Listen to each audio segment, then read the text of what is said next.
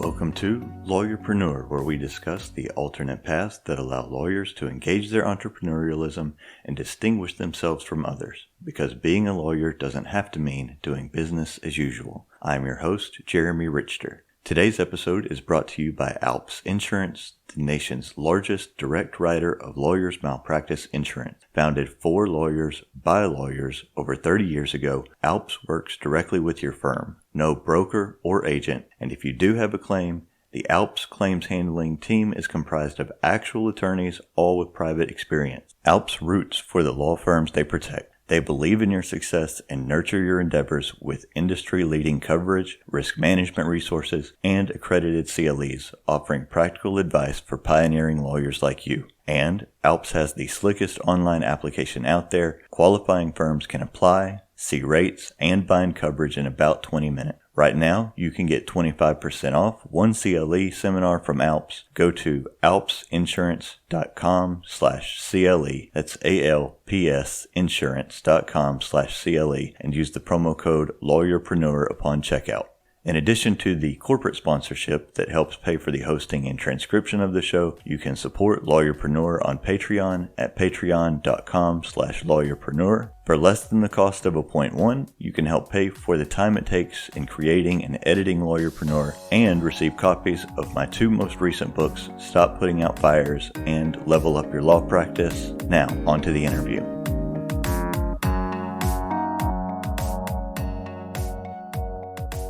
My guest today is Jay Harrington, who is a consultant and strategist in the areas of legal marketing and business development.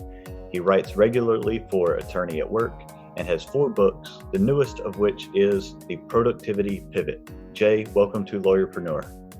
Thanks, Jeremy. Great to be here. Excited to talk to you today. Yeah, and so we'll just warn everybody, because you and I talked off air, that children may roam in and out. It's audio only, so they won't get to see them. But like I said, my kids are coming home from swimming in a few minutes. They are not discreet, so they may make an appearance here. Yeah, well, like you said, Jeremy, I think everyone's accustomed to the craziness of the Zoom life now. So yeah, that's right. We're 4 months in. If you hadn't gotten used to it by now, I don't know what to say. Exactly. I do want to talk about your new book, The Productivity Pivot. But before we do that, I want to talk about you and your legal career and your path to consulting. And I'm sure that's just like a really straight line from point A to point B. But what kind of practice, law practice did you have, and what did you do?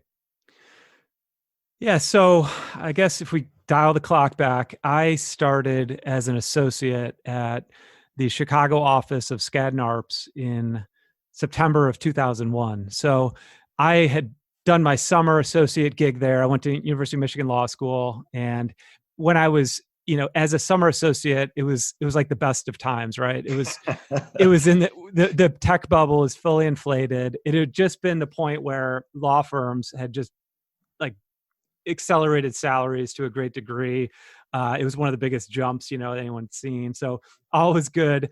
I was supposed to be an M&A lawyer in the Chicago office. I got a call on September, I guess it was September 13th. So 2 days after the 9/11 terrorist attack, saying basically, you, along with almost all of the other, associates starting in the Chicago office, are now corporate restructuring lawyers. Oh. So yeah, that was, so basically I had to, kind of flip through my notes to see if I had taken any class or had any familiarity with the bankruptcy together. Yeah. So all of a sudden I was a corporate bankruptcy lawyer. So it was a little bit of a crazy start to one's career. I mean, thrown into the fire immediately. But it was great training. I really enjoyed that experience. Once you kind of got through and got a little more comfortable with it, I ultimately went back to. I'm going to jump in on you real quick. Oh, sure. Because selfishly, that reminded me of a story I have, and then I definitely want to get back to it. But yeah, most of the work that I do is insurance defense, but occasionally we get other stuff. And several years ago now, we had a lawyer going out on maternity leave, and the managing partner called me and said, "Hey, what do you know about corporate bankruptcy?" I was like, nothing. Yeah. And he said, "Well, we've got a trial in about 6 weeks, catch up. And so Wow. ultimately that ended up getting settled, but not before I put about 3 weeks into learning as much as I could about corporate bankruptcy. Yeah. Well, I mean, I guess, when you pass the bar, you're supposed to be able to do everything, right? So, Yeah, I guess. yeah, so they say. But no, it's like any practice. I mean, it's got its own jargon, it's got its own procedures, it's got its own culture, whatever. And yeah, you can't, it's hard to just step into something new like that. But glad you got that settled. All right. So Um, where'd you go from there? Yes. So I went there. I went back to Detroit area, which is where I grew up. My wife and I kind of were ready to maybe start a family and do that. So we went back. I started working at what was at the time a newly opened regional office of Foley and Lardner. So I kind of folded into their restructuring practice there. And then not too long after that, I set off on my own. I actually started this business I have now, this consulting practice. And then shortly thereafter, I decided, right as the financial crisis was hitting and, the automotive crisis in Detroit as well, I thought if I'm ever going to practice law again, now's the time. So I hung a shingle, had another partner, and we had kind of a wild 3 years of the corporate restructuring wave of Yeah. 2009 through 2011. So when that ran its course, that was it. But that was my practice primarily. I did. The interesting thing was when I had my own practice, that's where I really learned to be a lawyer and Mm. learned to litigate and learned to do transactional work, kind of got a broader experience and frankly, learned almost everything I knew about, and have come to know about building a practice. Well, if you're looking to get back into corporate bankruptcy, now may be the time. There may be another wave coming. Trust me, there's a lot of echoes of that time period, and yeah, the wave is upon us. I mean, I still have a lot of friends in that area, and I guess fortunately, and probably not surprisingly, because that's sort of my circle of contacts. I mean, we have a lot of in our marketing practice now. We have a lot of clients who have sort of that specialty, and between consulting firms and law firms. So we do benefit in a certain sense, but I'm certainly not getting the $1,200 an hour that top restructuring lawyers are getting in bankruptcy cases. So yeah, it's crossed my mind, but I don't think I'm going to make that jump this time. Sure. So when you went to law school, did you have in mind, and to the extent that you thought about it, that you wanted to be a career law firm practice type lawyer, or did you know I have these other interests and I might want to do something else down the road? Oh man, I wish I had a better story to tell here, but I guess I'm one of those who sort of stumbled into law school. In college I majored in journalism, which was good, which was fine, but then I realized you'll notice a pattern here. I realized when I actually got to the point where I had to explore what a career in journalism might look like, it didn't look all that attractive. So, so I defaulted to applying for law school, and that's kind of how I get into it. I didn't have lawyers in my family. I didn't really know what it was all about. I truly was sort of, it seemed like it was a well-paying career, and the books, the John Grisham books and the movies seemed interesting. So that's kind of how I ended up there. I really had no notion of entrepreneurism at the time, though, to be honest. But my mom was a nurse. My dad was a federal government employee his whole career. He was an FBI agent. And I don't know, I just wasn't surrounded by that at all in terms of the idea of being an entrepreneur in any sense. So I thought, my path was a career. When I finally got around to getting serious about what my future might hold, the law seemed like a reasonable place to go. Yeah, similar story for me. No entrepreneurs in the immediate family, no lawyers in the immediate family. I taught high school for 6 years after college. I enjoyed it, but then I was ready for something else. So I thought, well, lawyers make a lot of money. Yep. It turns out that's not entirely true, or Yep. at least some lawyers make a lot of money, but not all of the lawyers. But I didn't know entirely what I wanted to do. And so it was just kind of, I wouldn't advocate for anybody that they go in with as little education about what law school is and the opportunities that do or don't wait after that as I did. But that's how I ended up where I am. And, all said, I guess it worked out for me, but it was a rocky road for a little while. Yeah. Yeah, that's for sure. I mean, I don't know. I don't think you can really get a sense of it until you really get into it. And it's, there's a lot of things I liked about it. And I didn't leave it because I didn't like it. There were other factors that perhaps we'll get into, but it can be a really good career. And I mean, I'm looking at your path, Jeremy, just sort of from the outside. We've interacted a few times, but I love the idea, that you advocate on your podcast and your writing of like pursuing other interests and Yeah. things like that. You don't need to only take the one path where if you don't love your job, you have to leave it and do something else. You found other ways to pursue those interests within the profession. And I think that's cool. I mean, who knows, if I had stumbled upon your podcast earlier, I might still be practicing law. You never know. Well, so how did you transition to consulting? Kind of tell me how you got into that in the first place. Yeah, I guess I was at a point in my career where I just, like I said, I before I had started my small firm, I had gotten into this a little bit. My wife actually has a more of a marketing and graphic design background, and she started what at the time was just a kind of a freelance business. And at that point, we had no kids. I had paid off my law school loans. Had not a big, but at least a somewhat of a financial cushion that, just the two of us living leanly could certainly get by on for a bit, and was just looking for something else. I mean, it had just been a bit of a grind for a while. And then when I finally, after I kind of wound up my law firm itself, that's when I got serious with it. But I wanted a different path. I mean, there were some things like in the large law firm that I came to realize that wasn't necessarily for me. Like it just became obstacles to kind of the practice I wanted to build. I remember as an associate when I was at a firm, I had an opportunity for a significant piece of business with a tier one auto supplier. And when I was trying to figure out a way to pursue that, you got to go through the bureaucratic hoops, of course. Like 25 lawyers at the firm sort of raised their hand and said, well, I already have a pre-existing relationship with that client. And I thought, wow, if it's going to be this hard to navigate these channels, maybe going off of my own and doing something where I'm in control to a greater degree might be the path forward. So as far as the consulting goes, I just liked the idea where I thought I could have a better semblance of control and autonomy over my career. I enjoyed aspects of marketing and business development. I had been pretty good at them when I was running my own practice, and I thought I'd learned some things that could apply to others. And I frankly just it was primarily lifestyle driven. I probably would have made more money as a lawyer. I can almost guarantee that, but it gave me kind of the lifestyle I was looking for at a point in our lives where, having small children and a desire to live where we wanted to live and all of those things weren't necessarily going to be possible if I continued in the practice of law.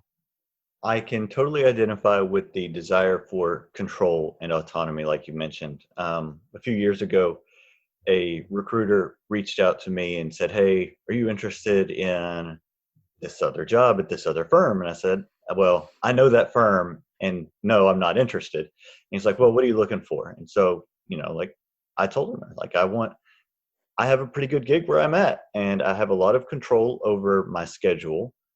I mean, to the extent that any of us can control, court settings or depositions, and my client relationships and the autonomy that I'm able to work with.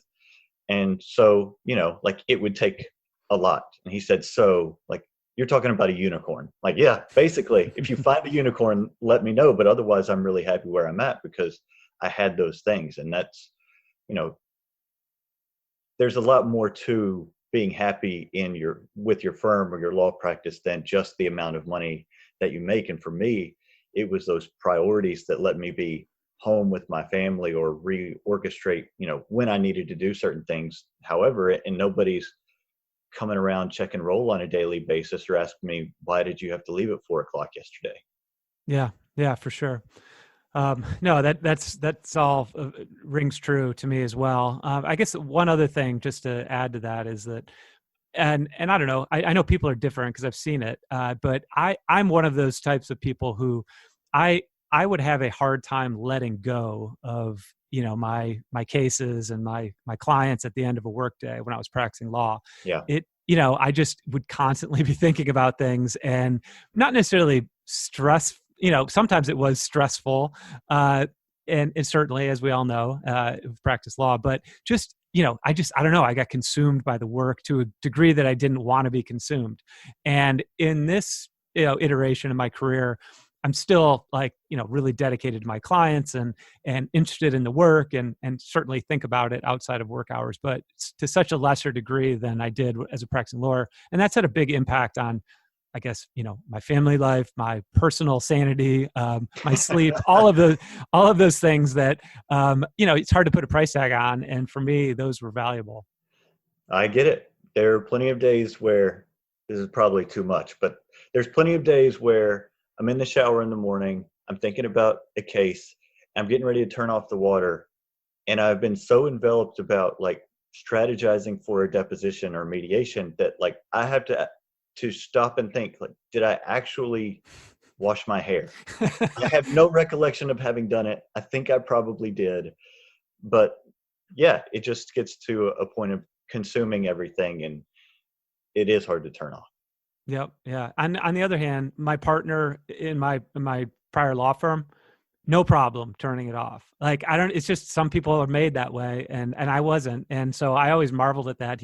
He's a big golfer, and he'd, be like 2 PM on a Wednesday. He's like, let's go hit golf balls.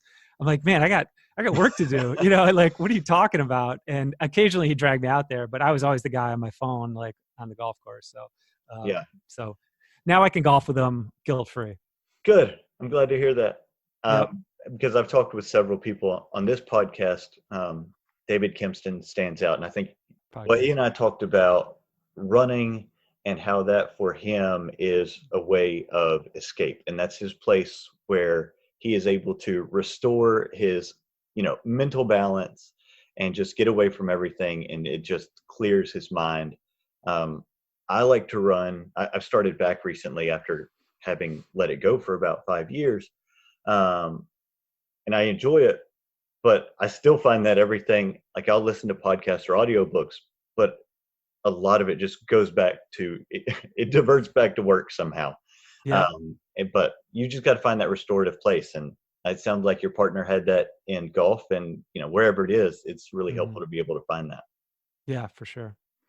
All right. So when you start into your new business venture, was the training and experience that you had as a lawyer an asset in this new career, or were there parts of the lawyer mindset that didn't translate very well? Yeah, there were some things. I mean, there's some specific skills I'd say that you hone as a lawyer that have been helpful in this aspect of my career. Certainly, writing skills I think translate to everything. So, the writing skills that you acquire as a lawyer have been an asset that's very transferable. I think just work ethic, learning to devote the time and effort necessary to do something entrepreneurially is something you learn as a lawyer. And then, I'm still in a professional service, so client service is a big factor. I mean, I think in the marketing realm, that's not always something that's particularly prevalent, where you hear a lot of times our new clients had a prior agency that they worked with, and I think we probably have an ethic of client service in our agency that maybe some others don't. And I think that's rooted in the strong client service ethic that many law firms have. So that's been a big one. I'd say the thing that maybe is can be a hindrance or an obstacle is the sort of the risk averse nature of many lawyers, where your job is to spot risks and maybe help mitigate them, but essentially point out all the things that can go wrong. and so you have to, entrepreneurship's about, in some respects, taking calculated risks. So I think that I had to overcome that a bit, and now I feel like more than a decade into it, I probably do things without thinking them through nearly as much as I would have previously, just because you come to realize most things are going to work out in the end. If it doesn't, as long as it's not like a game changing or like this significant risk that you're facing, it's probably going to be okay, and all things will work out in the end anyway. So I think that's probably something that may stop people from doing something entrepreneurially, just because they can't wrap their head around like all the uncertainties associated with it. Yeah, my wife's favorite response when we're talking about, should we buy this thing or do whatever, and I'm like, well, it'll be all right, probably, or it won't. Who knows? Right. Especially now in the last 3 months, 4 months, that's kind of how everything has felt. It's like, it'll probably be okay, but we'll just have to see. Yeah, but I'm totally understand. I am a very risk averse person, which is probably why I have gone toward writing books. It's a pretty low risk activity as my business venture, instead of something that has a great deal more risk. I mean, I also like the writing and I enjoy the process, but even before I was a lawyer, I was risk averse, more so now, and so I can identify with that. Yeah. With your consulting business, you talk to lawyers a lot about marketing, which I feel like is something that most of us getting into the profession don't have a good grasp on, because it's just not something most lawyers don't go to business school beforehand. They don't understand the basics of it. And a lot of lawyers aren't client centric in their marketing. How do you help lawyers understand and law firms understand that they need to be communicating to their clients about their clients' needs, and that's the best way to build trust and build a relationship, rather than, hey, look how great we are and all the things that we've done, and now here are our accolades? Yeah. So I mean, I think marketing, it all starts with really identifying your target market, right? You need to start with your positioning. So having a clear understanding of, what you're trying to do, who you're trying to serve, that is kind of the cornerstone of all marketing. And from there, it really is all about, like you said, Jeremy, it's about building trust and showing up and being visible. It's not about, putting on the hard sell. It's about demonstrating value, being helpful, and showing up consistently. So that is a mindset. It's sort of a long-term mindset to building something, right? Building a practice isn't something you do overnight. And that's the danger, I think, with a lot of lawyers, where, they might turn to a third party like a marketing or consulting agency and say, hey, I need more business. And there's a lot of people out there who would tell you, well, we'll get you more business, we'll get you more website clicks, and we'll get you more leads, and we'll get you more followers on social media. But none of that really matters if you're not doing the fundamental things. And these are the hard things. And these are things that primarily lawyers can only do themselves. Sometimes they can work with a coach or a consultant to help them think through these issues. But a lot of marketing is just that day-to-day activity in everything you do, from, how you communicate with your existing clients to how you go out and meet people and describe what you do, how you be helpful to them in various ways.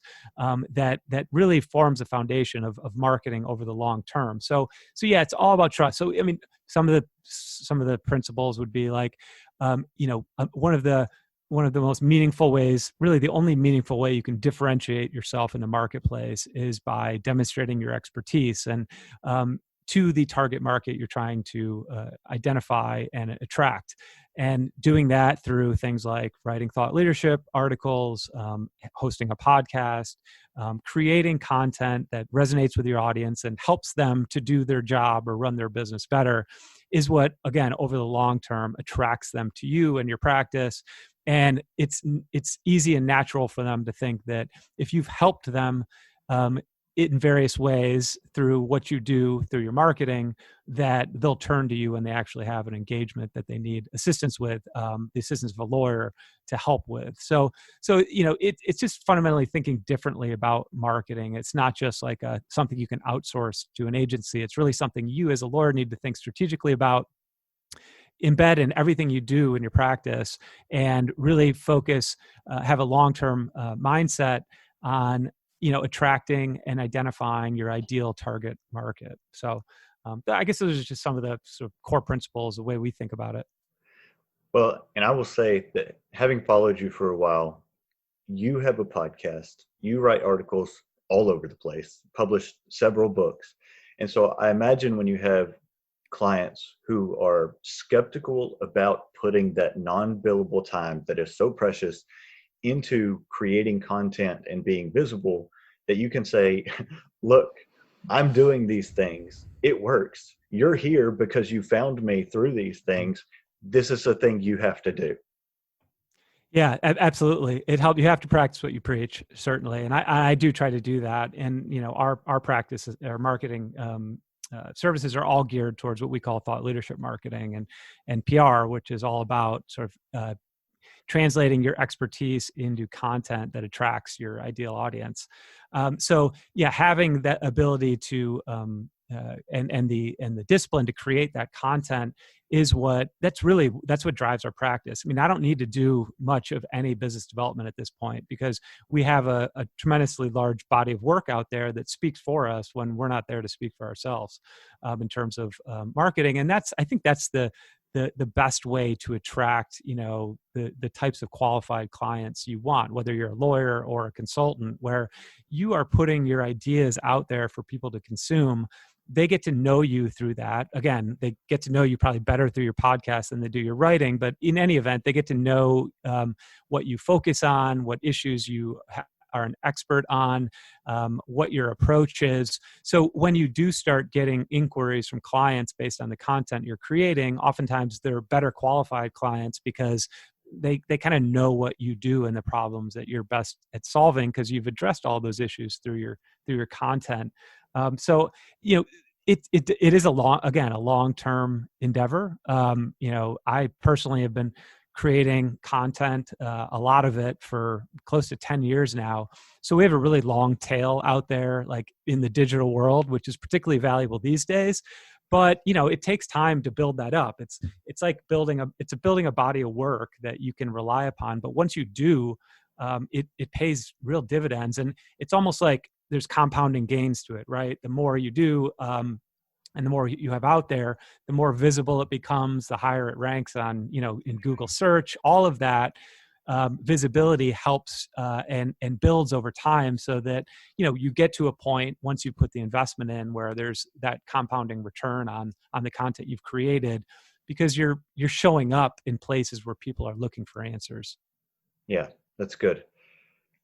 One of the things you mentioned in there was that as part of the marketing and branding, lawyers need to differentiate themselves from their competition in a way that their clients and potential clients can identify them in a crowded marketplace. So let me turn the table, and I think that's hugely important and something I talk to people about, but I want to turn the table and ask you, there are a lot of lawyers out there who are doing consulting with law firms and, are in the same business as you. How are you able to distinguish yourself from them and attract clients in what is also a crowded marketplace?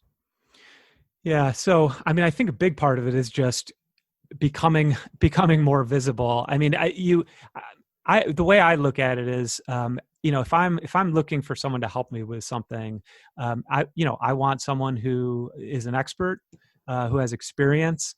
And so if I look at and see that person isn't writing, isn't catalyzing his or her thoughts on paper, or creating video content, whatever the case might be, I'm skeptical that person perhaps has the expertise that I'm looking for. Just because I think in order to know what you think, you almost always need to write about it, right? I never know what I think until I sit down and write about it. And I think if I want someone who knows what they're doing, oftentimes that signal alone it kind of helps separate someone from the noisy within the noisy marketplace that they're competing in. So I don't think being a lawyer in and of itself gives you any particularly interesting insights into how to market a legal practice or help a law firm market a legal practice.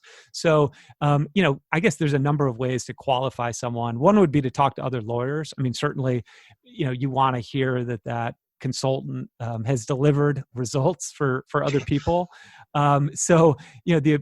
You should be able to have conversations with any number of clients of that consultant and get a insight into what they do. Conversations with the consultant where, I would look to someone, if I'm looking to hire someone to help me take something to the next level, I want to be able to have a conversation with someone and have them deliver several aha moments to me. Like even something I have a considerable amount of knowledge in, if I'm going to hire someone and pay what's oftentimes a significant amount of money, have them come in and help me, they better be making me think differently about, what I'm doing in a way that, maybe again, brings some value to me, not necessarily forcing them to go through the engagement before you've hired them. I would never do that as a consultant, but delivering some general insights that just make me think differently I think would be something important. So I think that's kind of, it's really not any magic to it. It's really just requires that due diligence and saying, is this person just saying that they're, can deliver me leads or whatever their promise they're making, or have they done it in the past? Do they have a body of work out there that I can look at? What is their digital presence? Are they practicing what they preach in terms of creating content themselves? These are all signals to me of expertise. No, I think that's really good. And I think that those same principles apply to lawyers and law firms. So I think it's good. All right. I want to transition to your new book, The Productivity Pivot. And when you sent it to me a few months ago, I realized there's a lot of overlap between it and the book that I released this year, Level Up Your Law Practice, and that they're both preaching a lot of the same ideas. And so I'm going to recommend that people read both of them. Is that a good marketing strategy there? I like it. Yeah. Maybe we can do a 2-for-1 sale at some point, Jeremy. I like it. All right. One of the first things you wrote about is having a vision for what you want your law practice to be, which actually, like my podcast about a month ago was about the same thing, about having a vision for what you want and sustainable success.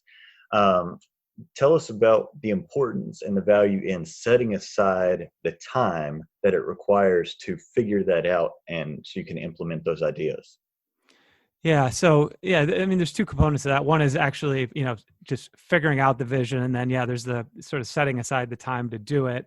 So I think a vision is something that's oftentimes overlooked. I mean, it sounds a little bit like, a frivolous exercise to some people. Of course, you know what you want, right? But do you really? Is it something that you've ever reduced down onto paper? And so the purpose of a vision is really just it's an exercise to be able to look way out in the future, say 5-10 years from now, and think, am I on the right path? Have I even thought through what path I want to be on? Or am I sort of just mindlessly or aimlessly going through my days where I'm just sort of defaulting to whatever the day brings to me, as opposed to I have some sort of direction as to where I want to go. So I think, as we'll get into probably shortly, Jeremy, setting a vision really is the precursor for working backwards to setting goals and creating a plan and executing that plan. But I think it starts with that long-term vision to understand, like, are you working in a law firm and do you want to make partner at that firm? Well, if that's your vision, then there's a number of steps you need to take to get there. And you better start today if you're hoping to move forward on that path. Or do you want to go in-house? Well, that's a different skill set. It's a different network of relationships you need to build, whatever the case might be.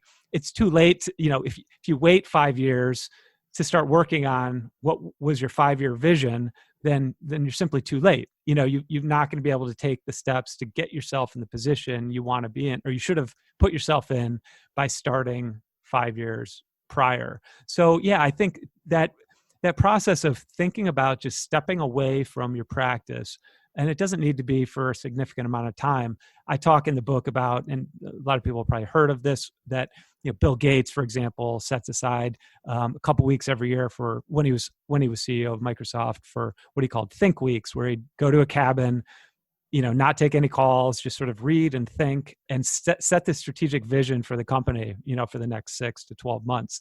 And that's what I think lawyers need to do more of, to sort of set aside that time, think deeply about what they really want. What do you want your practice to look like? What do you want your life to look like? Where do you want to be? Where do you want to live? All of these things matter, because otherwise you're going to, again, drift sort of it's like you're drifting down the river with no boat, and it's just going to take you wherever the current takes you. Yeah. And I know that I've actually used that same analogy. So Yeah. we're speaking the same language here. Yeah. And another person who does the, now that takes the sabbatical basically to plan and think is Michael Hyatt, who is a thought leader for a lot of business folks. And, he really advocates for taking that time. And I do think that's a really important thing to do. So you also talk about setting ambitious goals, which you alluded to a minute ago, which is something that is close to me. It's something that, when it starts turning like the end of quarter 4 or the end of quarter 3 every year, I start looking at what do I want out of the next year. And so for me, the vision is that 20,000 foot view of what do I want this to look like going forward. And goals are much more tactical, ground level. What am I going to do to get there? So from your perspective, why does it matter that we actually set goals? Yeah, I mean, for the points you alluded to, Jeremy, I mean, it's a way to crystallize your vision into like an actionable plan.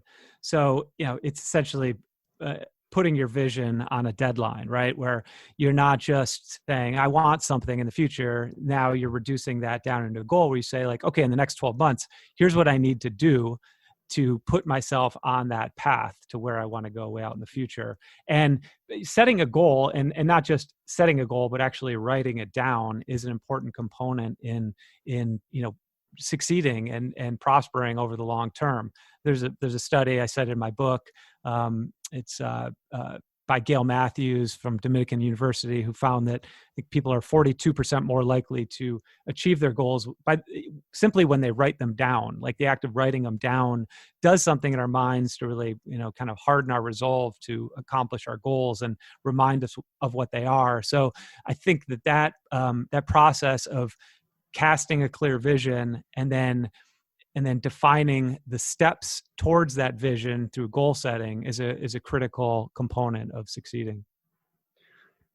You also mentioned that the goals need to be ambitious. And in a way that seems like it could set yourself up for failure. And I have set goals that are overly ambitious. For example, last year, I released my second book in 2019, Stop Putting Out Fires, and I had one of my goals to sell 1,000 copies, which to some may not seem like a lot, but it's a lot of books. And I didn't get there. I got about halfway there. But I do think that by having that big goal, that ambitious goal, and doing all the things that I did in an effort to sell more books, I achieved more by attempting to reach the goal than I would have if the goal hadn't been there in the first place. So I guess my question, how do you balance that ambition versus the opportunity for failure? Right. So yeah, absolutely. I mean, and one of the things I point to in the book is and describe and advocate for is setting SMART, where it's called SMART goals. SMART is the acronym. The R in SMART goals is realistic. So I think it's good to set ambitious goals. You want to be excited about your goals. You want it to seem transformative to an extent. If you want to, if you're going to accomplish something, you might as well make it ambitious and be ambitious about it. Yeah, like you said, Jeremy, if you fall short of that, you probably got even further along than you would have if you had set more of a, quote, unambitious goal or realistic goal. I mean, without the ambitious part tacked onto it. So I think that I mean, for me at least, other people, if they can't handle the idea of falling short of their goals, well then, I guess dial them back. But for most of us, we have the capacity to look and say, okay, even if I fell short of what this ambitious objective I had in mind was, I still accomplished a lot, and I still accomplished more than I would have otherwise. So why not? Why not get excited about your goals? Why not be ambitious? I think we're oftentimes the bigger problem is that people aren't ambitious enough. They think that they're not capable of as much as they are capable of, and they fall into this trap of like short-term thinking where they get overwhelmed by the idea that they could possibly do what they set out to do, so they don't do anything at all. So that could be a risk that I do worry about a little bit when I'm coaching clients. Some of them get so overwhelmed by the process that they can't move forward at all.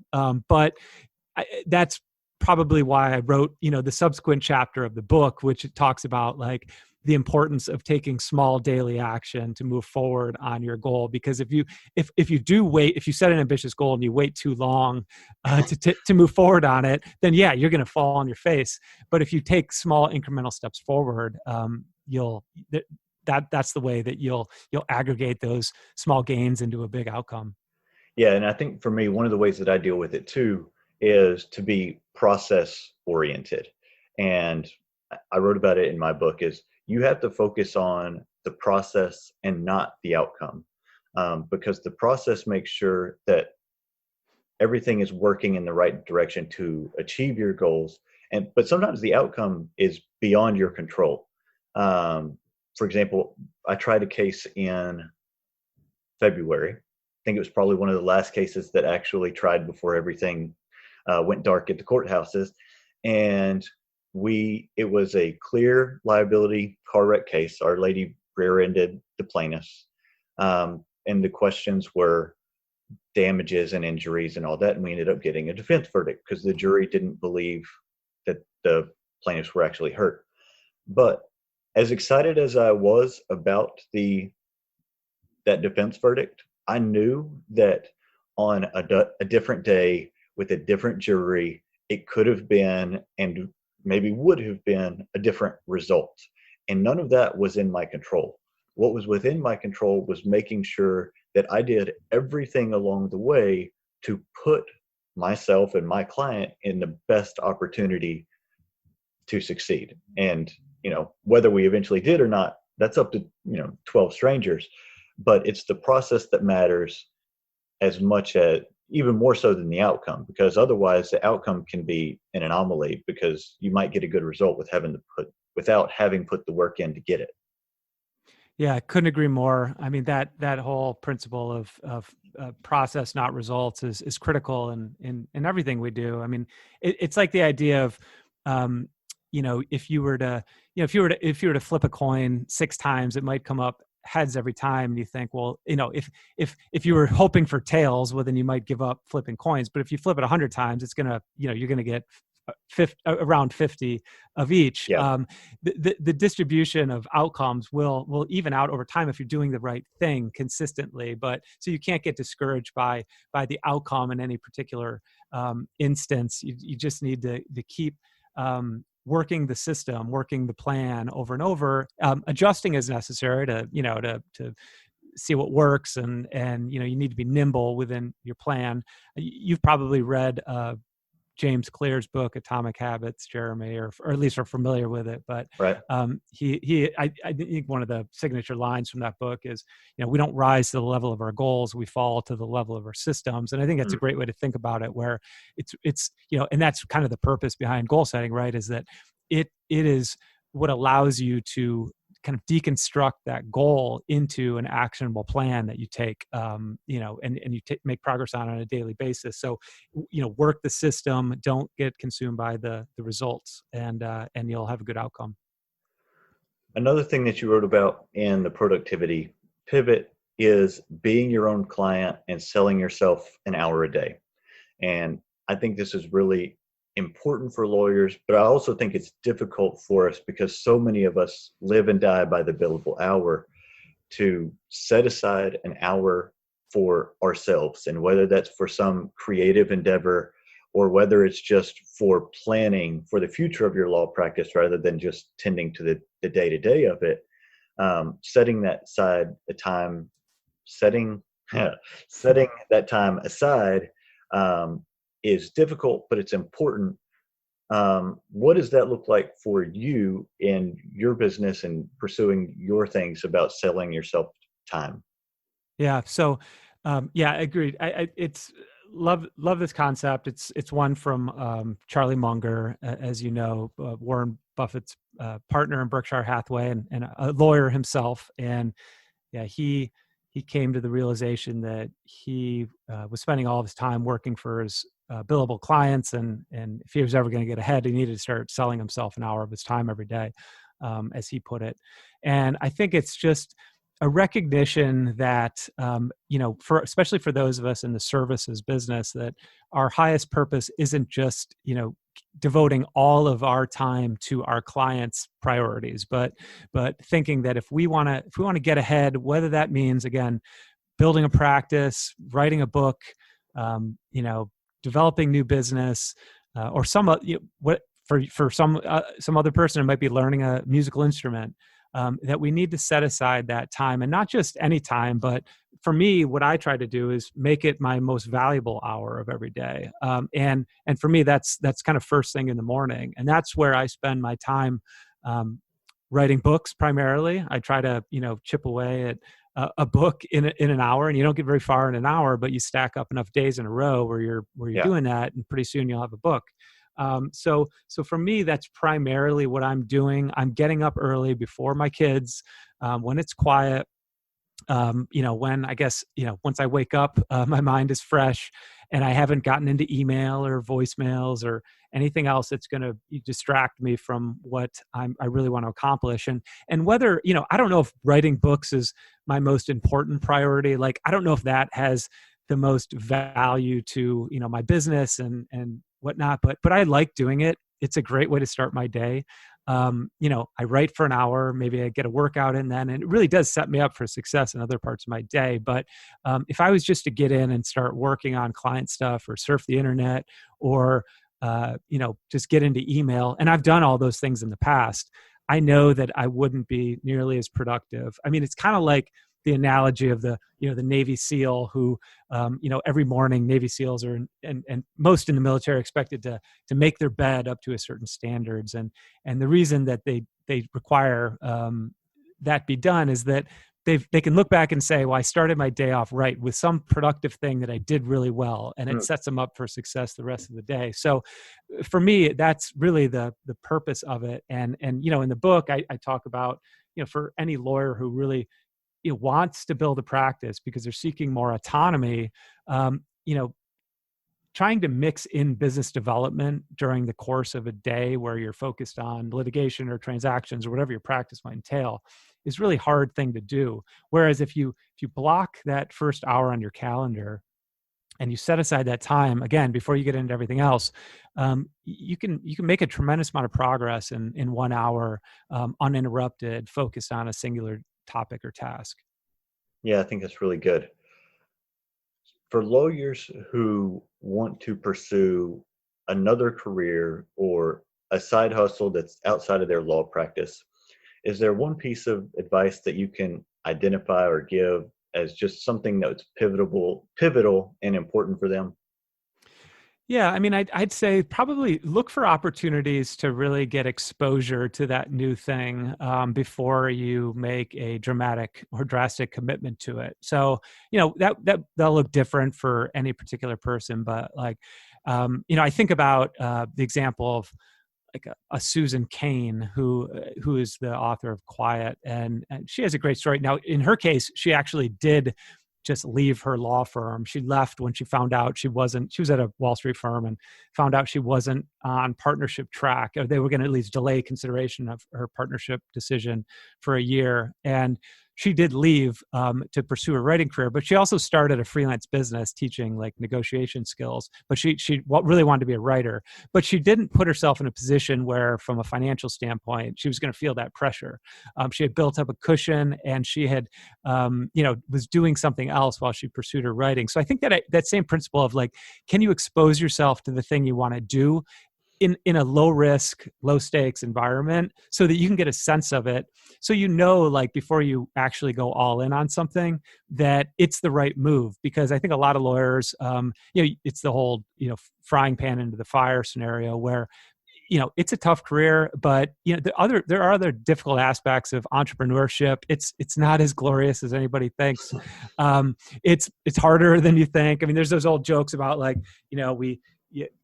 you work twice as hard because you don't want to have a boss, than you would have otherwise, and you're a terrible boss to yourself anyway, because you're hard on yourself and all of that. But yeah, just try to think thoughtfully, gain some exposure, have lots of conversations, and then try it out. Don't be so analytical about the whole thing though that you never take steps forward. But like think about it thoughtfully, plan for it, gain some exposure to it, whatever it might be that you're thinking of pivoting into, and then you'll have a better sense. You'll have more data to base your decision off of, I think.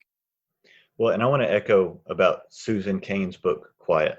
It's one of the most important books for me that I've read in the last couple of years. If anybody's not familiar with it, it talks about the difference between introverts and extroverts, and particularly for introverts. And I think this is, in law practice, there are a lot more introverts than initially you might realize, of how to use that to your advantage. Because sometimes the world doesn't seem like it's geared toward putting introverts in a place of power and success, but there are a lot of successful people who have introverted tendencies, and this book just really assesses that, and it's really good, and I would recommend it for anybody. Yeah, agreed, Jeremy, and it's an outstanding book, and for anyone who and she has built an incredible business around that book too, as you probably know. And for anyone who doubts like the power of goal setting and having a long-term vision, that was a book that took her 7 years to write. Wow. So, but it's paid off handsomely for sure. Yeah. And in fact, it has impacted so many people. I've heard so many people just describe the book the same way you did. And I share that sentiment. It's just a fantastic book. All right. So we're about out of time. If people want to follow you or connect with you, want to find you for your business, where's the best place to do that? Yeah, I'm active on LinkedIn, less so on Twitter, but I'm there. So connect with me on LinkedIn if you'd like. Again, Jay Harrington is my name.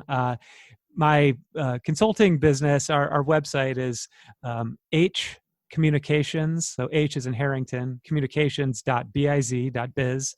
I do have a podcast called The Thought Leadership Project. You can check that out wherever you listen to podcasts. And then my new book is available on Amazon, and you can also check it out. And I have some downloadable worksheets that kind of help reinforce some of the principles in the book and help you work through some of these exercises of goal setting and casting a clear vision. You can find that at productivitypivot.com.